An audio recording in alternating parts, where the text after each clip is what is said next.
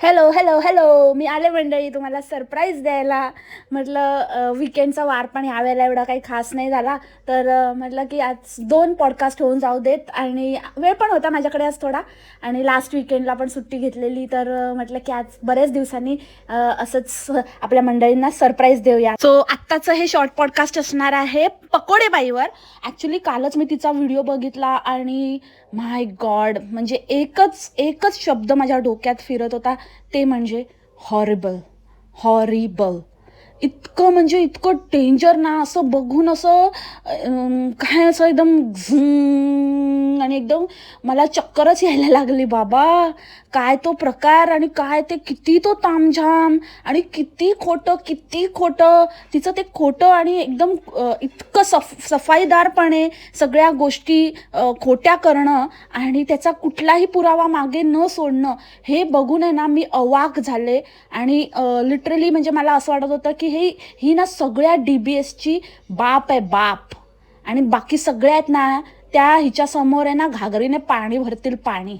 Literally म्हणजे किती किती ते खोटेपणा करायचा, किती तो बडेजाव करायचा, किती ते फ्लॉन्ट करायचं, किती ते सफाईदारपणे सगळी कामं करायची, आणि असं दाखवायचं की हे सगळं मीच करते, मी एकटीच सगळं करते, हे त्याच दिवशी केलेलं आहे. म्हणजे असे कितीतरी इन्स्टन्सेस आहेत की हिला जेन्युइनली विचारलं गेलं आहे की बाई तू हे आधी शूट करून ठेवतेस का, किंवा हे सगळं तू कसं मॅनेज करते, तुला कोणी हेल्प आहे का, किंवा तुझं मेकअप आणि ह्या सगळ्या गोष्टी कोणी करून देतं का. सगळ्याचं उत्तर नाही, मी एकटीच करते, नाही मी सगळं स्वतःच मॅनेज करते.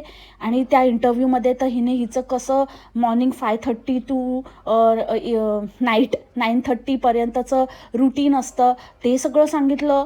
आणि त्यामध्ये पण आता एक भर म्हणून एक हॉरिबल, अजून एक गोष्ट हॉरिबल हॉरिबल हॉरिबल, की हल्लीच हिने आणि हिच्या आय थिंक नवऱ्याने, दोघांनी मिळून एक शॉर्ट होता का काहीतरी होतं, त्याच्यामध्ये सांगितलं की they are like fitness freaks. आणि ते म्हणजे हिला एक प्रश्न विचारण्यात आला होता की इतकं सगळं कोण खातं, तर तिने सांगितलं होतं की आम्हीच खातो, असं थोडं एकदम असं स्टँडर्ड असं जे आहे तेच उत्तर दिलं होतं, असं एलॅबरेटिव्ह काही उत्तर दिलं नव्हतं. कारण इट इज हायली इम्पॉसिबल की ही जितक्या प्रकारचे जेवढे पदार्थ बनवते, म्हणजे ऑलमोस्ट 56 भोग असतात हिच्याकडे, नाही म्हटलं तरी आठवड्यातनं एकदा.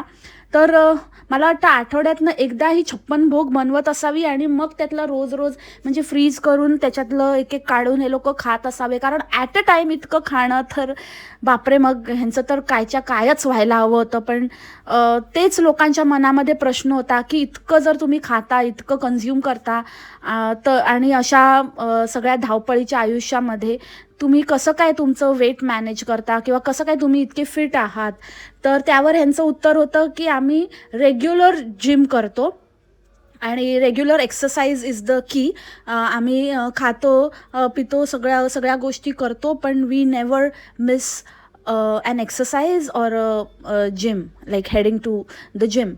तर हे ऐकून तर आणि मला एकदम सरप्राईज वाटलं की बापरे, ऑलरेडी ते काय ते 5 to 9:30चं ते जे तिने सांगितलं की मी इतके सकाळी उठते, मग मी ते करते, मग मी आदल्या दिवशी रात्री सगळं काय उद्या करायचं आहे त्याचं तयारी करून ठेवलेली असते. मग मी सकाळी उठल्यावरती आधी सगळी घरची कामं आवरून घेते, मुलांचं वगैरे काय असेल ते सगळं मॅनेज करते. त्याच्यानंतर मग मी माझं शूटचं वगैरे जे असतं ते प्लॅन केलेलं, त्या अकॉर्डिंगली ते हे करते. मग मी मुलांना, मग माझं ऑफिस असतं, मग त्या ऑफिसच्या ब्रेकमध्ये मग मी मुलांना घ्यायला जाते, मग त्यांना घेऊन येते. म्हणजे diary of a single mother असं काहीतरी वाटत होतं हिचं स्केड्यूल, ज्याच्यामध्ये हिच्या नवऱ्याला कुठेच जागा नव्हती. फक्त कधी काही असं असेल ओकेजन, तर मग फक्त म्हणायचं की त्याच्याशिवाय ते पॉसिबलच नाही आहे, विच इज ट्रू. पण जेव्हा हिने जेव्हा स्वतःचं जे रुटीन सांगितलं, त्यामध्ये कुठेच त्याला थारा नव्हता, किंवा तो एक्झिस्ट करतो, किंवा तो काही हेल्प करतो, असं एकही कुठेही त्याचं मेन्शन नव्हतं. So that was quite surprising की असं कसं. फक्त इतकंच सांगण्यात आलं की तो शूट वगैरे घेण्यास हेल्प करतो, फक्त तितकंच. बट अगेन इतकं बारकाईने सगळ्या गोष्टी कॅप्चर करणं, त्याच्यासाठी सतत मग जर तो शूट घेतो तर त्याला अवेलेबल राहायला लागत असेल, मग हे दोघेही कामधंदा करत नाही का? Because it is really time consuming thing. म्हणजे मी हे रेकॉर्डिंग करते, माझं काही शूट नसतं, म्हणजे मी काही असं हे ग्लिम्स घेत नाही, तरीही माझा अख्खा दिवस जातो व्हिडिओज बघणं, त्याच्यावरती पॉईंट्स काढणं, त्याच्यावरती विचार करणं, त्याच्यावर आपल्याला काय बोलायचं आहे ह्या सगळ्या गोष्टी, त्याचं स्टडी करणं, त्याच्यानंतर बारकाईने गोष्टी लक्षात घेणं, हे सगळं करण्यातच माझा अख्खा दिवस जातो. नंतर कॉमेंट्सना रिप्लाय वगैरे करण्यात बाकीचा उरलेला, म्हणजे व्हिडिओ पोस्ट झाल्यानंतरचे वेगळे सोपस्कार असतात. सो हे इतकं प्रोफेशनली करणं हिच्या बाबतीत, ते सुद्धा single handedly is highly impossible. मी हे मान्यच करू शकत नाही. आणि जर हे ती करते तर ज्या प्रकारचं तिचं कॉन्टेंट आहे ते एका दिवसाचं काम नाही आहे, जे अगेन ही फॉल्सली क्लेम करते की हे त्याच दिवशीचं असतं, आमच्याकडे आदल्या दिवशी असतं, since they are in different time zone, तर त्याच्यामध्ये आदल्या दिवशी सण होतात आणि मग मी दुसऱ्या दिवशी ते पोस्ट करते. तरीही एका दिवसाच्या डिफरन्सने इतकं तामझामवालं कॉन्टेंट आणि इतकं प्रोफेशनली शूट करून पोस्ट करणं is not possible. So she is a big time लायर. आणि मला कळतच नाही की ह्याच्यामध्ये काय आहे, म्हणजे ह्यांना लोकांना न्यूनगंड देण्यामध्ये काय हासिल होतं किंवा काय हशील होतं, मराठीमध्ये हशील म्हणतात, काय साध्य होतं तेच मला कळत नाही आहे. ठीक आहे ना, म्हणजे काही कॉमेंट्स मी अशा बघितल्या ज्याच्यामध्ये असं लिहिलेलं होतं की dude she is an influencer आणि she is doing her job, get it, आणि उगाचच डोंट टेक द लोड वगैरे. Okay, done.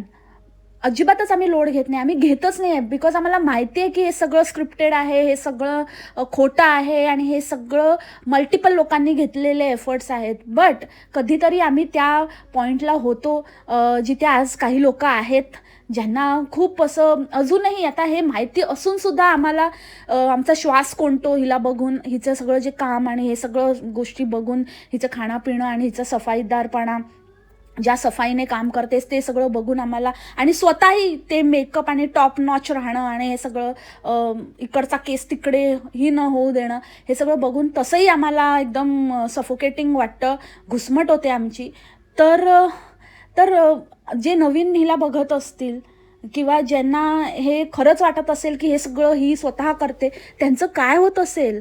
सो मला इतकंच म्हणायचं आहे की ठीक आहे, तुम्ही जर हे सगळं विथ हेल्प करताय तुमच्या प्रोफेशनसाठी किंवा ते ॲस्थेटिक दाखवण्यासाठी, आणि तुम्हाला एक पॉलिश्ड कॉन्टेंट द्यायचा आहे आणि तुम्हाला ते छान सुंदर प्रेझेंटेबल दाखवायचं आहे, तर nothing wrong in it. Good, छान आहे, तुमचं प्रेझेंटेशन खूप छान आहे खरं तर.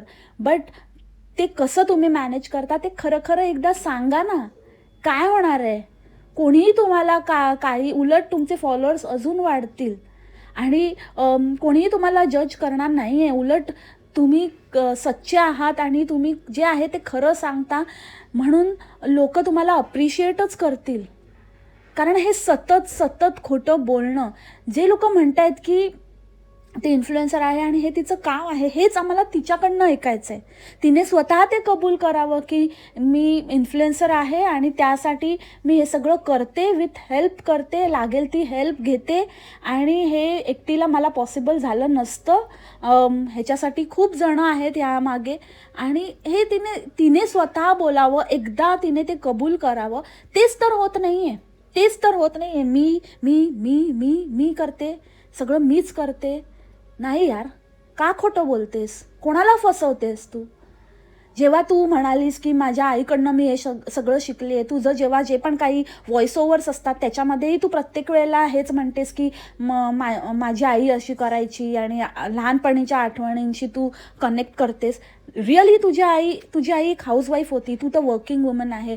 जरा खरं मनाला आणि देवाला स्मरून सांग की तुझी आई इतका तामझाम करायची, स्वतः इतकी रेडी व्हायची, छोट्या तू म्हणतेस ना की तुझी आई कॅलेंडरमधला छोटा सण साजरा करायची, आणि तेच तुझ्यामध्ये आला आहे. तर अग्री, चला करतात काही लोक, करत असतील, पण ते अशा लेवलवर करायची का ज्या लेवलवर तू करतेस? इतकं साग्र संगीत असायचं का? पदार्थ तर असायचेच, त्याबरोबरीने आई पण तुझ्यासारखीच अशी नटलेली सजलेली असायची का? तुझ्या मुलांना घालतात तसे प्रत्येक सणासुदीला त्या त्या थीमचे कपडे वगैरे घालायची का? गॉड, म्हणजे कशाला ना, कशाला इतकं खोटेपणा आणि इतकं आपण डाऊन टू अर्थ आणि मी तुमच्यातलीच एक आहे असं दाखवण्याचा निष्फळ प्रयत्न करता तुम्ही? नाही, तुम्ही आमच्यातले एक नाही आहात. आम्ही तुमच्याशी रिलेट नाही करू शकत. आम्ही खोट्या लोकांबरोबर नाही मॅच करू शकत. आणि अजून एक महत्त्वाचा पॉईंट कालच्या रीलमधला, की ती साडी, तो ब्लाऊज, ते अटायर्स, मग हे तुमच्याकडनं, तुझ्यासारख्या व्यक्तीकडनं आय थिंक लोकांना ना असं खूप असं वाटतं की हिचं सगळं असं काही हे वागणं आणि हे सगळं दाखवणं हे खूप म्हणजे ही खूप शालीन आणि देवाची भक्ती करणारी अशी कोणतरी व्यक्ती आहे. तर तसं नाही आहे. ही पण त्यातलीच एक आहे. मी म्हणते काय की ही त्यांची मुखिया आहे. ही पण पैशालाच विकली जाणारी आहे.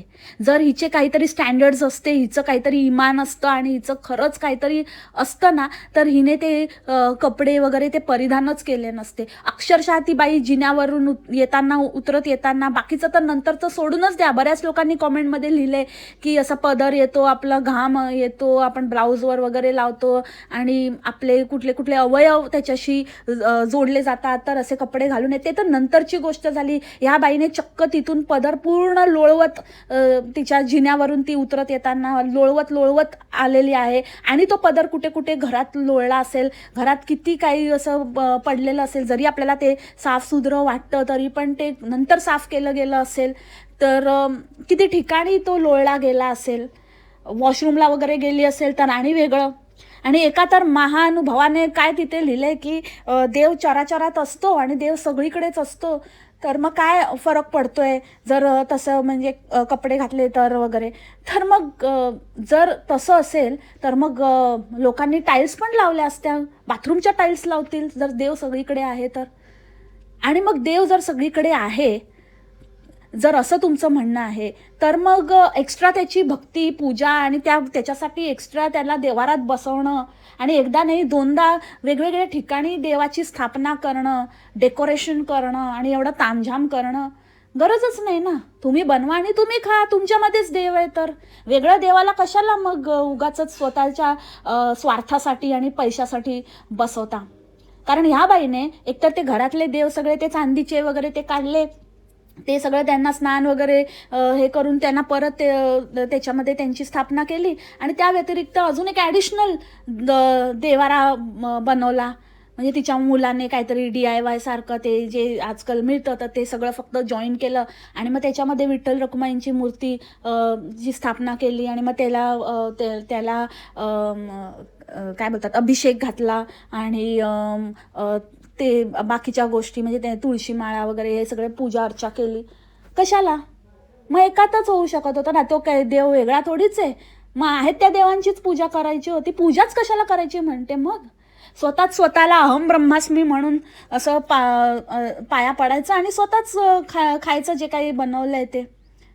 आणि मुळात ते त्या दिवशी बनवलेलंच नाही आहे, त्या दिवशी ते केलेलंच नाही आहे. कारण जर आपल्याकडे सॅटर्डेला होतं तर यांच्याकडे फ्रायडेला होतं, तर फ्रायडेला यांच्याकडे कुठल्या काय सुट्ट्या किंवा काय ती मुलं काय बघावं तेव्हा, आणि ह्याच वेळेला नाही, प्रत्येक वेळेला ती घरीच असतात. मग ते होळी असू दे, दिवाळी असू दे आणि कुठली तिथी असू दे वा प्रकट दिन असू दे, काही असू दे, ती मुलं घरीच असतात आणि एकदम त्यांना नटवलं थटवलं जातं.